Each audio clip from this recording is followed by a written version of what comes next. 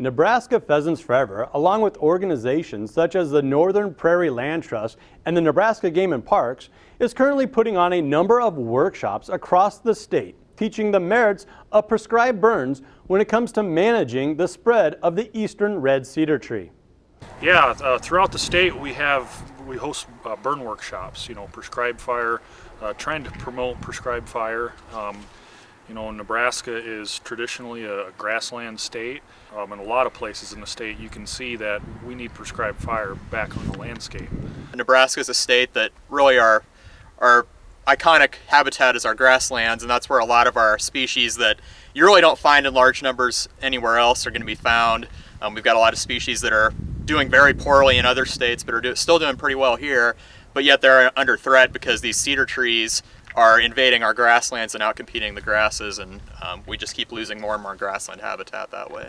It's really changed since before the settlers came to America. The lightning bolt would strike, the fire would just go wherever it wanted to, burn whatever it could or wanted to, and then that's how there were trees. The trees didn't survive on the hilltops, or they might have survived along the rivers, for example. But in today's world, fire has been out of the equation for so long now that we've got all these trees, we've got heavy fuel loads, so we've got to be really careful about trying to get fire back onto the landscape, and we have to do that by doing prescribed fires, being safe about it, coming up with plans and prescriptions and things like that. So the workshops have been well received, with larger numbers in attendance than previous years.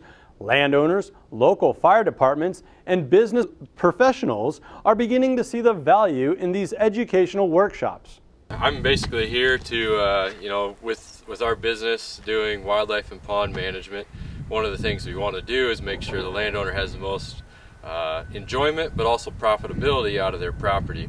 So coming to this to listen to the cedar tree workshop is, it's just great to take more stuff to our clients. If there's more that Game and Parks and NRCS and stuff is coming up with, we just want to know about it. A lot of times maybe for our landowners, if they're deer hunters, say, they don't want complete eradication of them, but ways for us to go in and thin them and then keep them controlled over the year so they don't get too thick to where deer don't even want to use them.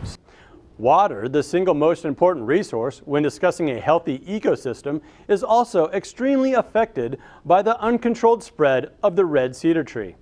Yeah, so cedars use an immense amount of water compared to some of our more native species, our native shrubs, and our native deciduous trees that are present across the landscape.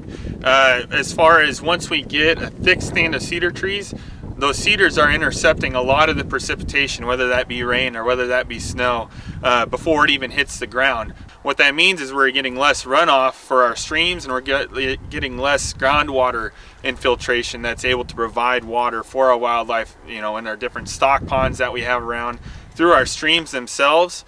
So not only are the cedars impacting what's happening on our uplands, in our range and our pastures, but our cedar trees are affecting our stream species as well, like some of our fish and our stream plants that are present around here. To find even more information over this interesting case of a once native tree now becoming an invasive nuisance, and to see if there are any workshops that will soon be in your area, visit Nebraska Pheasants Forever website, nebraskapf.com. Reporting for News Channel Nebraska, I'm Andy Klassen.